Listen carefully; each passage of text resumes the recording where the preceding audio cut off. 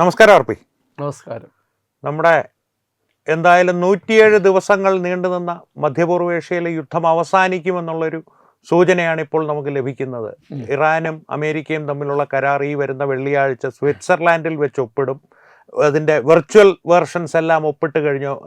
ട്രംപും JD വാൻസും ഒപ്പിട്ടു, Iran പ്രതിനിധികൾ ഒപ്പിട്ടു എന്നാണ് ഇപ്പോൾ അറിയുവാൻ കഴിയുന്നത്. ഈ ഒരു കരാറിൻ്റെ പശ്ചാത്തലത്തിൽ ആർപിയുടെ ഒരു വിശകലനം എങ്ങനെയാണ്? പ്രത്യേകിച്ചൊരു പ്രതിരോധ വിദഗ്ധനോ അല്ലെങ്കിൽ ഒരു രഹസ്യാന്വേഷണ ഏജൻസിയിൽ പ്രവർത്തിച്ചിട്ടുണ്ട്, മാധ്യമ പ്രവർത്തനത്തിലും ഒരു പ്രവർത്തന പരിചയം വെച്ച് ഈ ഒരു കരാറ് കൊണ്ട് മധ്യപൂർവേഷ്യയിൽ സമാധാനം ഒരു കുറച്ചു കാലത്തേക്കെങ്കിലും നിലനിൽക്കുമോ? ഇത് മറ്റ് രാജ്യങ്ങളെ, ആ പ്രദേശങ്ങളിലുള്ള തന്നെ ആ ഭൂപ്രദേശങ്ങളിലുള്ള മറ്റ് രാജ്യങ്ങളെ എങ്ങനെയൊക്കെ സ്വാധീനിക്കും അല്ലെങ്കിൽ ബാധിക്കും? ഞാൻ വളരെ ചുരുക്കത്തിൽ ഒരു കാര്യം പറയാം. അപ്പം നേരത്തെ മനോജ് സൂചിപ്പിച്ച ഈ പശ്ചാത്തലത്തിൻ്റെ ഒന്നും ആവശ്യമില്ല. ശരിക്കും പറഞ്ഞു കഴിഞ്ഞാൽ ഒരു സാധാരണക്കാരൻ എന്ന നിലയിൽ തന്നെ ഇത് കണ്ടു കഴിഞ്ഞാൽ അല്ലെങ്കിൽ ഇത് മൊത്തത്തിൽ ഒന്ന് വിലയിരുത്തി കഴിഞ്ഞാൽ നമുക്ക് മനസ്സിലാവുന്ന ഒരു കാര്യമുണ്ട്. ഒന്ന്, യുദ്ധം അവസാനിക്കുന്നു, അതിൽ യാതൊരു സംശയവുമില്ല. യുദ്ധം അവസാനിക്കും, ഈ പറയുന്ന വെടിയൊച്ച ഇല്ലാതാകും, ഹോർമൂസ് കടൽ ഇടുക്ക് തുറക്കും. ഈ രണ്ട് കാര്യങ്ങൾ നമുക്ക് ഉറപ്പുണ്ട്. പക്ഷെ ഈ രണ്ട് കാര്യങ്ങളിലേ ഉറപ്പുള്ളൂ. ഇതിനപ്പുറമുള്ള എല്ലാ കാര്യങ്ങളും ഇപ്പോഴും അവ്യക്തതയുടെയും അല്ലെങ്കിൽ തീരുമാനമില്ലായ്മയുടെയും ഒരു ഇതിനിടെ കിടന്ന് കളിക്കുകയാണ്. അതിൽ നിരവധി പ്രധാനപ്പെട്ട കാര്യങ്ങളൊക്കെയുണ്ട്. ഇപ്പം ഈ ഒരു ചർച്ച എന്ന് പറയുമ്പോൾ നമ്മൾ ഈ തമാശയ്ക്കൊക്കെ പറയത്തില്ലേ, ചർച്ച എന്ന് തുടങ്ങണമെന്ന് തീരുമാനിക്കാനുള്ള ചർച്ച അടുത്ത വെള്ളിയാഴ്ച നടക്കും എന്ന രീതിയിലാണ് ഇതിന്റെ കാര്യങ്ങൾ. ഇത്രയും 117 ദിവസം ഇല്ലേ, 107 ദിവസം ഈ ട്രംപ് പറഞ്ഞുകൊണ്ടിരുന്നത് മുഴുവൻ ന്യൂക്ലിയർ ആയുധങ്ങളെ കുറിച്ചാണ്, ന്യൂക്ലിയർ ആയുധങ്ങളെ, യുറേനിയം സമ്പുഷ്ടീകരണത്തെ കുറിച്ചാണ്. അതൊക്കെ നമുക്ക് ഇനി ഒരു 60 ദിവസം കഴിഞ്ഞ് ചർച്ച ചെയ്യാമെന്നാ പറയുന്നത്. എന്നാ പിന്നെ ഈ യുദ്ധം എന്തിനായിരുന്നു ഇത്രയും വർഷങ്ങളിൽ, ഇത്രയും മാസങ്ങൾ, ഇത്രയും വലിയ ബുദ്ധിമുട്ടുകളും ഇത്രയും ജനങ്ങൾക്ക് ലോകമെമ്പാടും, ഈ കേരളത്തിൽ, ഈ കൊച്ചു കേരളത്തിൽ ഇരിക്കുന്ന നമ്മൾ വരെ അതിന്റെ ഇമ്പാക്റ്റ് അനുഭവിച്ചു. അപ്പോൾ 60 ദിവസം കഴിഞ്ഞ് യുറേനിയം സമ്പുഷ്ടീകരണത്തിന്റെ കാര്യം നമുക്ക് ചർച്ച ചെയ്യാം. അത് അങ്ങോട്ടങ്ങ് തട്ടി. ഇപ്പൊ തൽക്കാലം ഹോർമൂസ് കടലിടുക്കിന്റെ കാര്യം മാത്രമാണ് സംസാരിക്കുന്നത്. ഹോർമൂസ് കടലിടുക്കിന് നേരത്തെ എന്തായിരുന്നു പ്രശ്നം? ഈ യുദ്ധം തുടങ്ങുന്നവരെ ഒരു പ്രശ്നവും ഇല്ലായിരുന്നു. അപ്പൊ പിന്നെ എന്തിനായിരുന്നു ഈ ബഹളങ്ങളെല്ലാം? അപ്പൊ അതിന്റെ ഉത്തരം കൂടി പറയാം, അത് കഴിഞ്ഞ് അടുത്ത വിഷയത്തിലേക്ക്.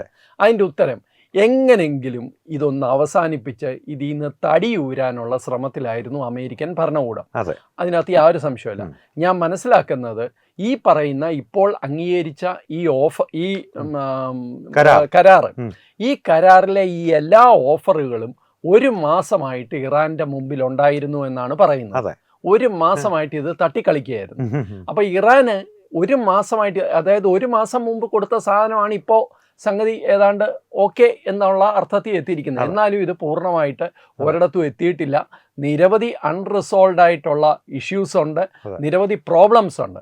പക്ഷേ ഇനിയിപ്പോൾ ഈ നടന്നതുപോലെ ഒരു വലിയ യുദ്ധം നടക്കാനുള്ള സാധ്യത ഈ വിഷയത്തിൽ കുറവാണ്. കാരണം എന്താണെന്ന് വെച്ച് കഴിഞ്ഞാൽ അമേരിക്കയും ഇറാനും നന്നായിട്ട് തന്നെ സാമ്പത്തികമായിട്ട് ഈ യുദ്ധം കാരണം അവർക്ക് വലിയ തിരിച്ചടി ഏറ്റിട്ടുണ്ട്. അത് അമേരിക്കയ്ക്കും ഉണ്ട്, ഇറാനും ഉണ്ട്. പക്ഷെ അതിനപ്പുറം വേറെ വലിയ കാര്യങ്ങളൊന്നും ഇതിനകത്തൊന്നും നടന്നിട്ടില്ല എന്ന് തന്നെ വേണം മനസ്സിലാക്കാൻ. അതുകൊണ്ട് ഇത് ഷേക്കി എന്ന് ഇംഗ്ലീഷിൽ പറയുന്ന പോലെ ഇത് അത്ര ഉറപ്പിച്ച ഒരു സാധനമായിട്ടൊന്നും ആരും കാണണ്ട. യുദ്ധം അവസാനിച്ചു, അത്രയും സമാധാനം, അതിനപ്പുറം വേറൊന്നുമില്ല. 207 ദിവസങ്ങൾ നീണ്ടുനിന്ന യുദ്ധം അവസാനിപ്പിച്ചപ്പോൾ ആർപി പറഞ്ഞ കാര്യങ്ങളിൽ 2 ആശങ്ക ഉണർത്തുന്ന ഘടകങ്ങളുണ്ട്. ഒന്ന്, ഈ കരാറിലെ വ്യവസ്ഥകൾ. അത് ഇപ്പോൾ ഇറാൻ സാമ്പത്തികമായി ക്ഷീണിച്ചു എന്ന് പറയുന്നു. ഈ കരാറിലെ വ്യവസ്ഥകൾ ഇപ്പോൾ പുറത്തു വരുന്നത് ഇറാന്റെ ലോകമാകമാനം മരവിപ്പിച്ച ആസ്തികൾ ചിലപ്പോൾ ആ മരവിപ്പിക്കൽ മാറ്റിക്കൊടുത്തേക്കും. ഇറാന്റെ എണ്ണ വ്യാപാരത്തെ സംബന്ധിച്ച് അത് ഒരു തരത്തിൽ ഭാരതത്തിന് പ്രയോജനപ്രദമാണെങ്കിൽ പോലും അതിന്മേലുള്ള ഉപരോധവും മാറ്റും. അങ്ങനെയാണെങ്കിൽ ഇറാൻ വീണ്ടും ഒരു സാമ്പത്തിക ശക്തിയായി ആ ഒരു മധ്യപൂർവേഷ്യൻ പ്രദേശം സമയമെടുക്കും. അതായത് ഇപ്പൊ ഇതിനകത്ത് മനോജ് പറഞ്ഞ ഈ കാര്യങ്ങൾ മാത്രമല്ല, ഇതില് ഉറപ്പിച്ച് നമുക്ക് പറയാമെന്ന് ഹോർമൂസ് കടലിടുക്കിന്റെ ഉടൻ തുറക്കും എന്നുള്ളതാണ് ഉറപ്പിച്ചത്. ബാക്കി ഒന്നിനും ഉറപ്പല്ല. നമുക്കിപ്പോഴും ആ ഫുൾ ടെസ്റ്റ് ഞാൻ കണ്ടിട്ടില്ല, അവരാരും പുറത്ത് വിട്ടിട്ടില്ല. അപ്പോ അതായത് $24 ബില്യൺ ഇറാന്റെ പണമാണ്, ബില്യൺ ഡോളറാണ് 24. അത് ഇപ്പോൾ മരവിപ്പിച്ചു വെച്ചിരിക്കുകയാണ്. ആ മരവിപ്പിച്ചു വെച്ച പണം റിലീസ് ചെയ്യണം എന്നാണ് ഇറാൻ ആവശ്യപ്പെടുന്നത്. അത് റിലീസ് ചെയ്യാമെന്ന് അമേരിക്ക സമ്മതിക്കുന്നുണ്ടെങ്കിലും അതിന് അമേരിക്ക കുറെ കണ്ടീഷൻസ് പറയുന്നുണ്ട്. അപ്പൊ അവിടൊക്കെയാണ് ഇനിയും തർക്കങ്ങൾ വരാൻ പോകുന്നത്.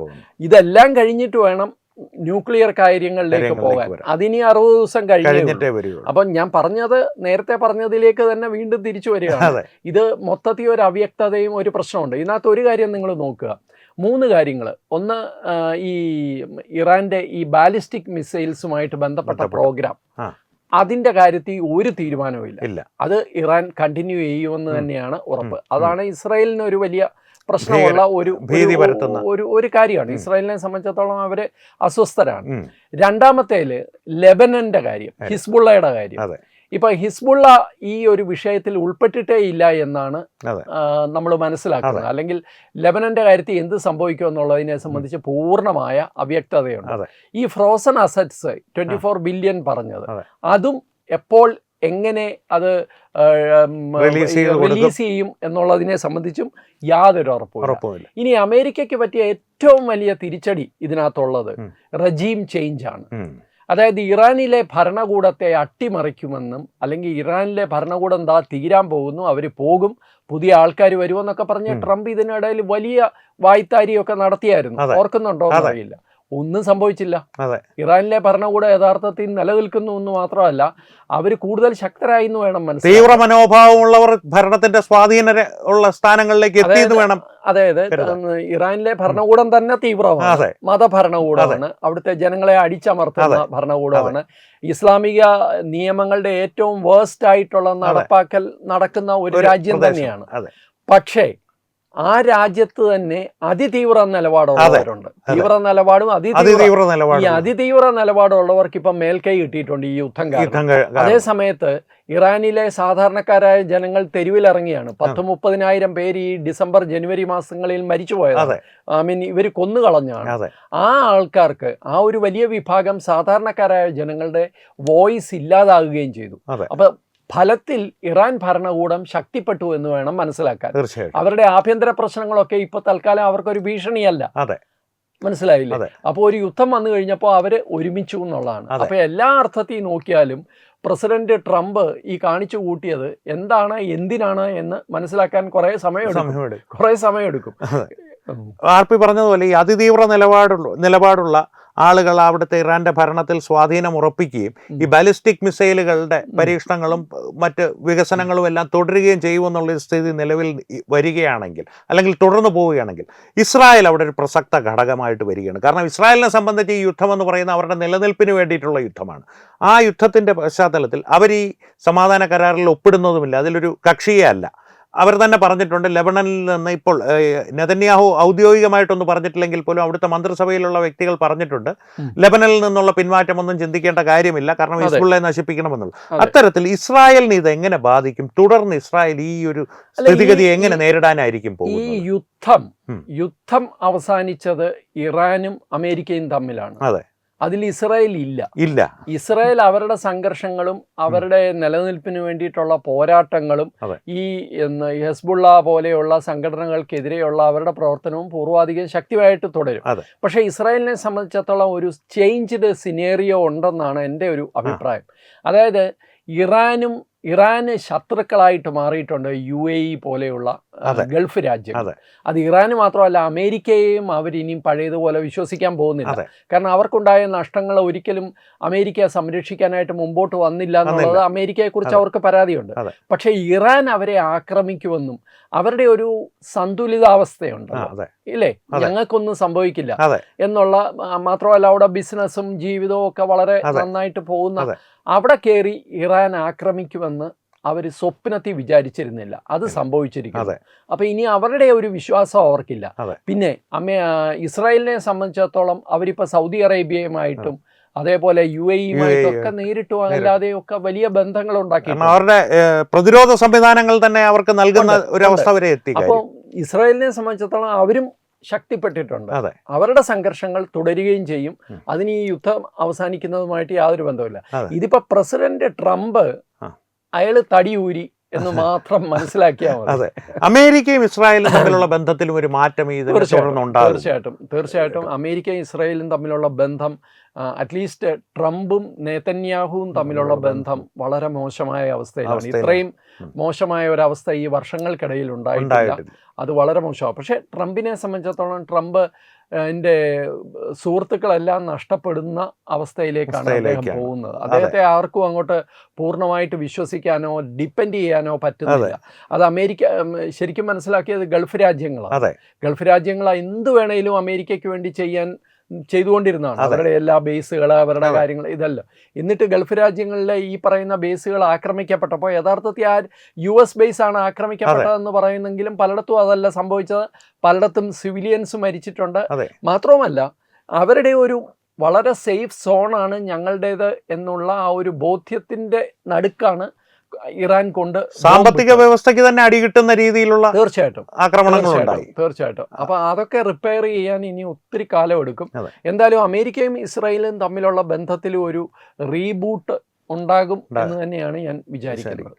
ഇനി അവസാനമായിട്ടൊരു ചോദ്യം, ഇതിന്റെ എല്ലാം പശ്ചാത്തലത്തിൽ നമ്മുടെ ഭാരതത്തിന് ഈ കരാർ ഗുണകരമാകുമോ? ഈ കരാർ മുന്നോട്ട് പോകുന്നത് ഗുണകരമാകുമോ ദോഷകരമാകുമോ? ഭാരതത്തിന്റെ നിലപാട് മറ്റെല്ലാ രാജ്യങ്ങളെ സംബന്ധിച്ചിടത്തോളം പോലെ തന്നെ ഭാരതത്തെ സംബന്ധിച്ചിടത്തോളം ഭാരതം ഉയരുന്ന ഒരു സാമ്പത്തിക ശക്തി എന്നുള്ള നിലയിൽ ഭാരതം വലിയ ഇമ്പാക്റ്റ് ആണ് ഈ ഒരു യുദ്ധം കൊണ്ട് എടുത്തത്, ഇല്ലേ?